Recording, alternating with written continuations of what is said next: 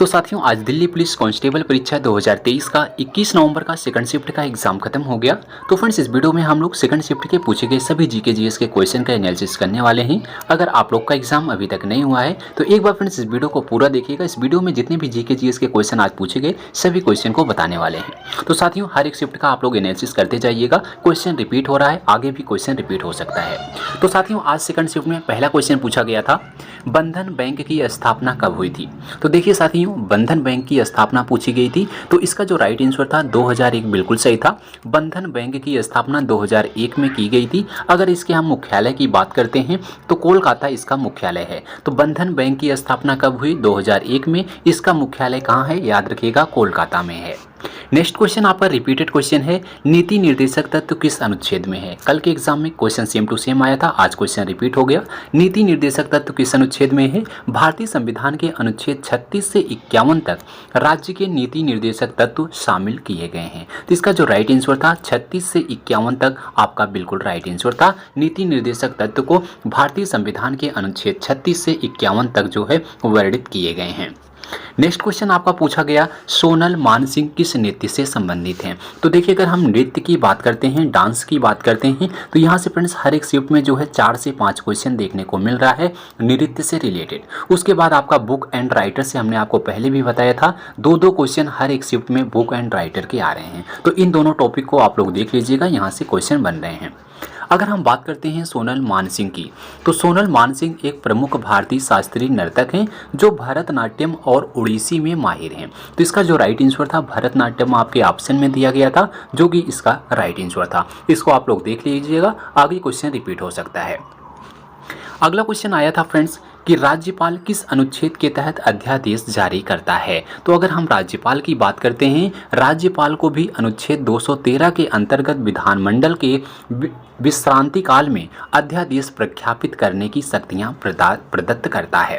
तो कौन सा अनुच्छेद करता है, अनुच्छेद 213 करता है। तो फ्रेंड्स जितने भी क्वेश्चन आपके पिछले एग्जाम में पूछे गए हैं सभी क्वेश्चन को आप लोग पढ़ते जाइएगा। ढेर सारे क्वेश्चन आपके एग्जाम में रिपीट जरूर होगा। अगर फ्रेंड्स आप लोग एसएससी के द्वारा पूछे गए जितने भी एग्जाम 4-5 एग्जाम पिछले 6 महीने में हो गए हैं, अगर फ्रेंड्स आप लोग उन सभी जीके जीएस के क्वेश्चन को तैयार कर लेते हैं, ढेर सारे क्वेश्चन आपके वहीं से देखने को मिल रहा है। जैसे फ्रेंड्स आपका एसएससी के द्वारा कौन से एग्जाम हुए हैं, जैसे आपका एसएससी एमटीएस है, एसएससी सीजीएल है, एसएससी सीएचएसएल है। अगर आप इन सब के क्वेश्चन को अगर आप पढ़ लेते हैं अपने एग्जाम से पहले तो ढेर सारे क्वेश्चन आपके एग्जाम में डायरेक्ट छप रहे हैं। इसलिए फ्रेंड्स हमने आपके लिए एसएससी एमटीएस सीजीएल सीएचएसएल के एग्जाम में जितने भी जीके जीएस के क्वेश्चन पूछे गए थे सबका एनालिसिस कराया था, उसका फ्रेंड्स पीडीएफ भी तैयार कर दिए हैं। अगर फ्रेंड्स आप लोग पीडीएफ को लेना चाहते हैं तो एक बार फ्रेंड्स आपको पीडीएफ के बारे में बता देते हैं।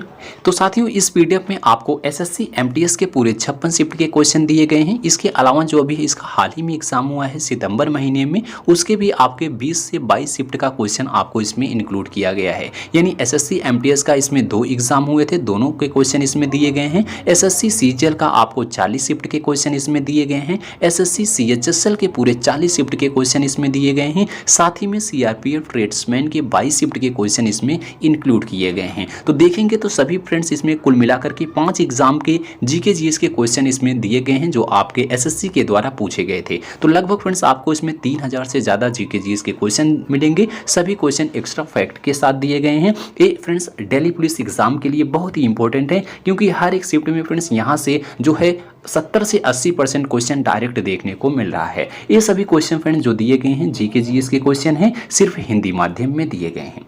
अगर आप इस 5 पीडीएफ में से किसी एक पीडीएफ को लेना चाहते हैं तो साथियों आपको 25 रुपये के न्यूनतम मूल्य में आपको एक पीडीएफ दिया जा रहा है। अगर आप लोग पूरा पीडीएफ लेना चाहते हैं 5 एग्जाम का पीडीएफ, तो आपको डिस्काउंट के साथ फ्रेंड्स यही पीडीएफ सिर्फ 50 रुपये में ही मिल जाएगा। तो साथियों अगर आप लोग पूरा पीडीएफ लेना चाहते हैं तो 50 रुपये पे करके आप इस पीडीएफ को ले सकते हैं। पीडीएफ लेने के लिए फ्रेंड्स इस दिए गए व्हाट्सएप नंबर पर आपको मैसेज करना होगा। सबसे पहले आप लोग इस नंबर पर मैसेज कीजिएगा, आपको सारी डिटेल्स बताई जाएंगी किस तरीके से आपको पीडीएफ दिया जाएगा। तो जो भी कैंडिडेट पीडीएफ लेना चाहते हैं तो दिए गए नंबर पर मैसेज करके पीडीएफ फ्रेंड्स ले सकते हैं। तो आइए अब हम लोग नेक्स्ट क्वेश्चन को देखते हैं। अगला क्वेश्चन आपका पूछा गया कि बायोम का अर्थ क्या होता है। तो बायोम से रिलेटेड एक क्वेश्चन आया था। आपको बता दें बायोम क्या है। बायोम पौधों और जानवरों के समुदाय को संदर्भित करता है जो किसी क्षेत्र में प्राकृतिक रूप से पाए जाते हैं। यहाँ से एक क्वेश्चन देखने को मिला, बायोम क्या है या फिर बायोम के उदाहरण क्या हैं, बायोम से आप क्या समझते हैं। इस टाइप का क्वेश्चन एक बायोम से देखने को मिला था।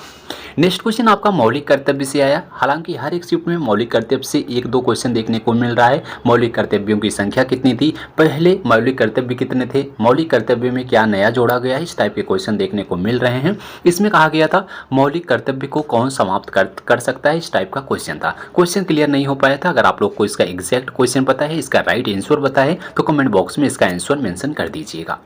नेक्स्ट क्वेश्चन फ्रेंड्स पूछा गया, मिडनाइट चिल्ड्रन पुस्तक के लेखक कौन है। तो देखिए हमने पहले भी बताया था बुक एंड राइटर से क्वेश्चन बन रहे हैं। इसमें कहा गया था मिडनाइट चिल्ड्रन पुस्तक के लेखक। तो मिडनाइट चिल्ड्रन पुस्तक की अगर हम बात करते हैं तो मिडनाइट चिल्ड्रन पुस्तक के लेखक जो हैं फ्रेंड्स ये सलमान रश्दी हैं। तो सलमान रश्दी के द्वारा यह उपन्यास लिखा गया है। तो सलमान रश्दी इसका राइट आंसर था। अगला क्वेश्चन पूछा गया, पोषण स्कीम योजना का नाम क्या है। तो देखिए पोषण स्कीम योजना के पहले क्या नाम था या फिर इसका नया नाम क्या किया गया था, इससे रिलेटेड एक क्वेश्चन आया था। तो आपको बता दें देश भर में सरकारी और सहायता प्राप्त स्कूलों में चल रही मध्याह्न भोजन योजना जिसे मिड डे मील कहा जाता था, उसका नाम बदल करके अब पीएम पोषण योजना कर दिया गया था। तो फ्रेंड्स यहाँ से क्वेश्चन आया होगा कि मिड डे मील का नया नाम क्या हो गया या फिर पोषण स्कीम का नया नाम क्या है। तो पीएम पोषण योजना इसका नया नाम रखा गया था। अगला क्वेश्चन आपका पूछा गया 1926 में संविधान में क्या जोड़ा गया था, इस टाइप का क्वेश्चन था। आपको बता दें मजदूर संघ अधिनियम 1926 में नियोक्ताओं और कर्मचारियों के ट्रेड यूनियन के पंजीकरण का प्रावधान इसमें किया गया है। तो यहाँ से एक क्वेश्चन देखने को मिला था। अगला क्वेश्चन आपका पूछा गया, अकबर के समय खेती को क्या कहा जाता था। तो देखिए अकबर के समय खेती पूछी गई, इसे क्या किस नाम से जाना जाता था। तो मुगल बादशाह अकबर ने राजा डोटरमल की मदद से भू राजस्व प्रशासन में कुछ प्रयोग किए। अकबर की भू राजस्व प्रणाली को जब्ती कहा जाता था। क्या कहा जाता था, जब्ती प्रणाली कहा जाता था। तो ये आपका राइट आंसर था। अकबर के समय खेती को क्या कहा जाता था, जब्ती प्रणाली कहा जाता था। अगला क्वेश्चन आपका पूछा गया, कॉफी का उत्पादन किस राज्य में सबसे ज़्यादा होता है, यानी सबसे ज़्यादा अग्रणी राज्य कौन सा है कॉफ़ी के उत्पादन में। तो देखिए भारत के सभी कॉफ़ी उत्पादक राज्यों में कर्नाटक जो है फ्रेंड्स अग्रणी राज्य है। तो कर्नाटक इसका राइट आंसर था। और देश में उत्पादित कुल कॉफ़ी का 70% से अधिक उत्पादन कर्नाटक में ही होता है। तो इसलिए इसका कर्नाटक राइट आंसर बिल्कुल सही था। अगला क्वेश्चन पूछा गया, मुस्लिम लीग की स्थापना कब हुई थी। यह क्वेश्चन बार बार रिपीट हुआ है कुछ एग्जाम में। मुस्लिम लीग की स्थापना कब हुई। ऑल इंडिया मुस्लिम लीग का गठन जो है 1906 में ढाका स्थान पर अमल में आया था। तो कब की गई थी, आपका जो राइट आंसर था आपका 1906 इसका बिल्कुल सही आंसर था। अगला क्वेश्चन साथियों पूछा गया, मृणालिनी साराभाई किस नृत्य से संबंधित है। मृणालिनी साराभाई की अगर हम बात करते हैं भरतनाट्यम के लिए प्रसिद्ध हैं। मृणालिनी साराभाई एक भारतीय शास्त्रीय नृत्यांगना और कोरियोग्राफर थी। तो मृणालिनी साराभाई किस नृत्य से संबंधित हैं, तो भरतनाट्यम इसका राइट आंसर था। अगला क्वेश्चन आया था, संभारिक किसे कहते हैं। संभारिक के उदाहरण क्या हैं, संभारिक से आप क्या समझते हैं, इस टाइप का संभारिक से रिलेटेड क्वेश्चन आया था। आपको बता दें नाभिक जिनके पास समान द्रव्यमान संख्या होती है लेकिन एक अलग परमाणु संख्या है जो संभारिक कहलाती है। तो यहाँ से रिलेटेड कोई क्वेश्चन बना होगा संभारिक से। अगला क्वेश्चन आपका आया था कि विजय स्तंभ किसने बनवाया था। तो देखिए विजय स्तंभ से क्वेश्चन आया। अभी पिछले शिफ्ट में आपका लौह स्तंभ पूछा गया था, इसलिए सभी स्तंभ को आप लोग देख लीजिएगा कौन सा स्तंभ किसने बनवाया और कहाँ है। तो विजय स्तंभ की अगर हम बात करते हैं, विजय स्तंभ भारत के राजस्थान के चित्तौड़गढ़ में स्थित एक स्तंभ टावर है। तो विजय स्तंभ किसने बनवाया था, तो विजय स्तंभ इसे मेवाड़ नरेश राणा कुंभा ने महमूद खिजली के नेतृत्व वाली सेना पर सारंग की लड़ाई में विजय के स्मारक के रूप में सन 1440 से 1448 के मध्य बनवाया था। किसने बनवाया था, मेवाड़ नरेश राणा कुंभा ने बनवाया था। तो इसका राइट आंसर था। कब बनवाया था इसको भी याद कहाँ स्थित है इसको भी याद रखिएगा, चित्तौड़ में स्थित है, राजस्थान के चित्तौड़ में। अगला क्वेश्चन आपका पूछा गया जनगणना से रिलेटेड।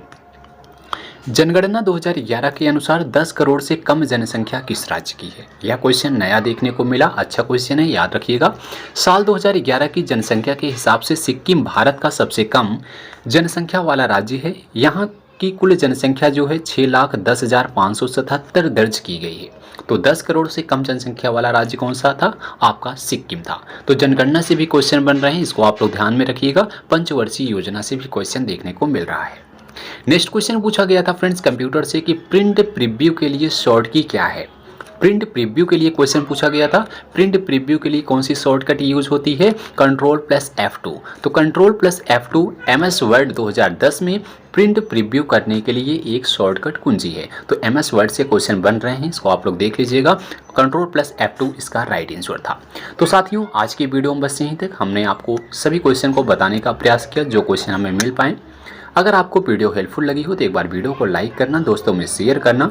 अगर आप इसी तरह से दिल्ली पुलिस कांस्टेबल के हर एक शिफ्ट का डेली एनालिसिस करना चाहते हैं तो चैनल को अभी सब्सक्राइब करके बेल आइकन को ऑन कीजिएगा। साथियों, मिलते हैं अगली वीडियो में, तब तक के लिए जय हिंद, जय भारत।